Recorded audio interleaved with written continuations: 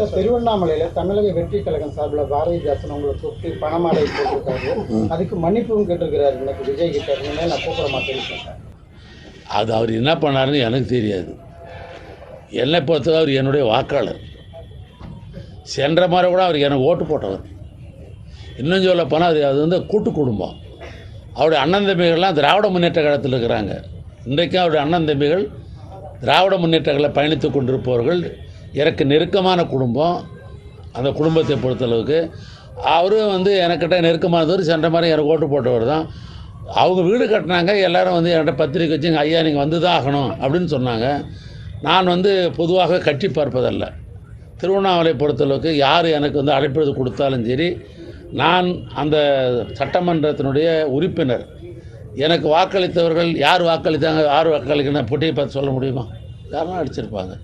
என்னை மதித்து வந்து அழைப்பது கொடுத்த காரணத்தினால் நான் போய் அந்த திறப்புழா கலந்து கொண்டு வாழ்த்தி விட்டு வந்தேன். அவ்வளோதான் என் சப்ஜெக்ட்டு. அவர் என்ன பண்ணார், என்ன கடை இறங்கினா தெரியும்.